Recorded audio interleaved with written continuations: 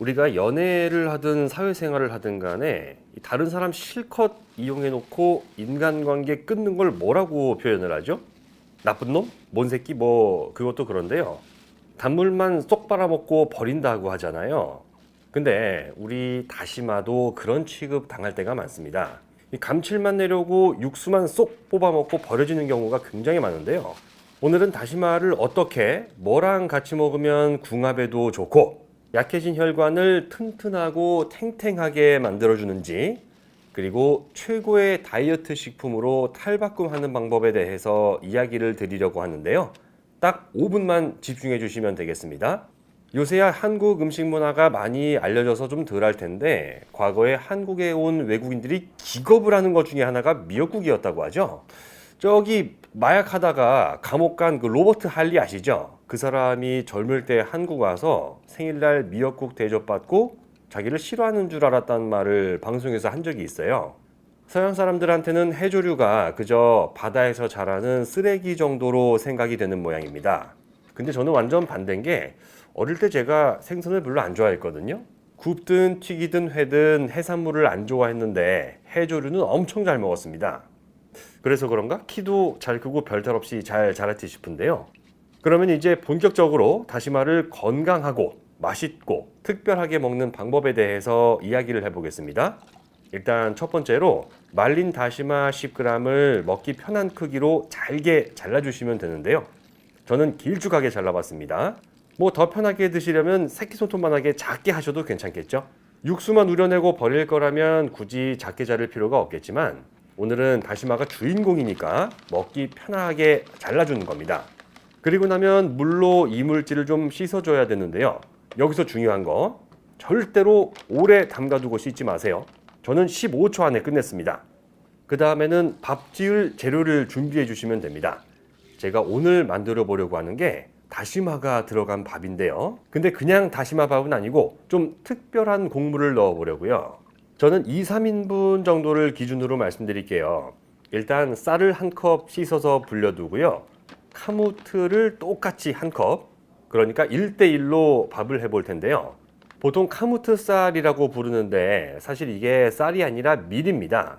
정확한 명칭은 호라산 밀인데 카무트라는 브랜드가 워낙에 유명해서 그냥 카무트라고 부르더라고요. 이게 현미보다 좀 더 알이 굵어서 찰진밥 좋아하시는 분들은 좀 어색할 수도 있는데요. 근데 GI 지수라는 당 지수가 일반 쌀의 절반 정도밖에 안 됩니다. 이게 뭔 소리냐면, 흰쌀밥이랑 같은 양을 먹었을 때 혈당 올라가는 속도가 절반 정도로 느리다는 거예요. 그래서 건강에도 좋고 특히 당뇨에 좋다 그래서 즐겨 드시는 분들이 점점 늘어나는 추세라고 합니다. 근데 진짜 중요한 게 뭐냐면요, 카무트가 다시마랑 궁합이 너무너무 좋다는 거예요. 근데 혹시 아직도 저희 건강한 동익TV 카카오 채널 등록 안 하신 분들은 없으시겠죠? 영상 아래 링크 클릭하시면 등록하실 수 있는데요. 여기 보시면 여러분들이 궁금해하시는 건강 음식 만드는 방법, 꼭 알아두셔야 하는 새로운 건강 정보를 매주 받아보실 수 있으니까요. 지금 바로, 아니면 영상 다 보시고 나서 등록하시면 좋겠습니다. 다시마에는 혈관에 좋은 영양 성분들이 여러 개 들어있는데요. 가장 대표적인 게 라미닌이라는 물질입니다. 저희 채널에서 수십 가지 식재료를 다루면서 처음 등장하는 성분인데요. 그도 그런 게 육지에서 나오는 것들 중에는 라미닌 성분을 사실상 찾아볼 수가 없어요. 라미닌 성분이 왜 혈관을 건강하고 튼튼하게 하는 데 도움이 되냐면 혈압 때문에 그렇습니다. 혈관이 망가지는 이유는 여러 가지가 있다고 해요. 혈관이란 게 건물로 치면 상하수도, 배관 같은 거죠. 깨끗한 물이 들어오는 상수도는 동맥, 쓰고 난 물이 돌아가는 하수도는 정맥인 셈인데요. 만약에 상수도로 물이 들어오는데 계속 압력이 엄청 세게 들어오면 수도관이 약해지다가 아예 터져버릴 수도 있습니다. 마찬가지로 혈압이 높으면 혈관이 망가질 가능성이 아주 높아지는 셈인데요.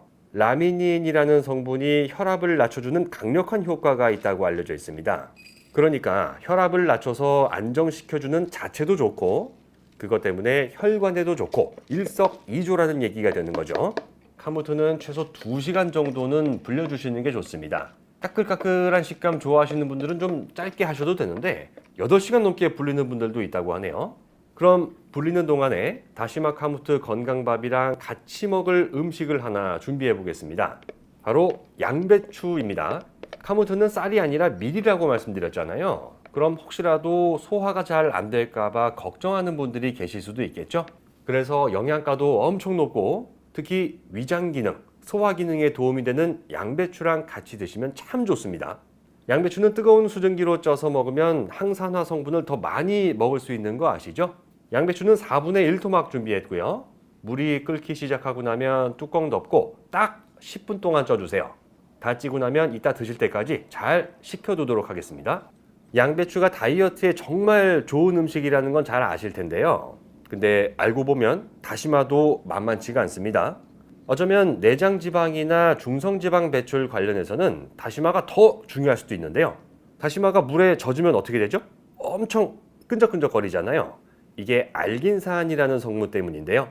얘가 우리 몸에서 하는 일이 50년 전이었으면 진짜 나쁜 겁니다. 당 흡수랑 지방 흡수를 방해하거든요. 50년 전 대한민국은 영양결핍의 시대였잖아요. 저 태어나기 전 얘기지만 부모님이나 어른들 말씀 들어보면 원하는 걸 맘대로 먹는 시절이 아니었다고 하니까요. 근데 지금 대한민국은 영양 과잉의 시대입니다. 못 먹어서 생기는 병보다 많이 먹어서 생기는 병이 압도적으로 많아요.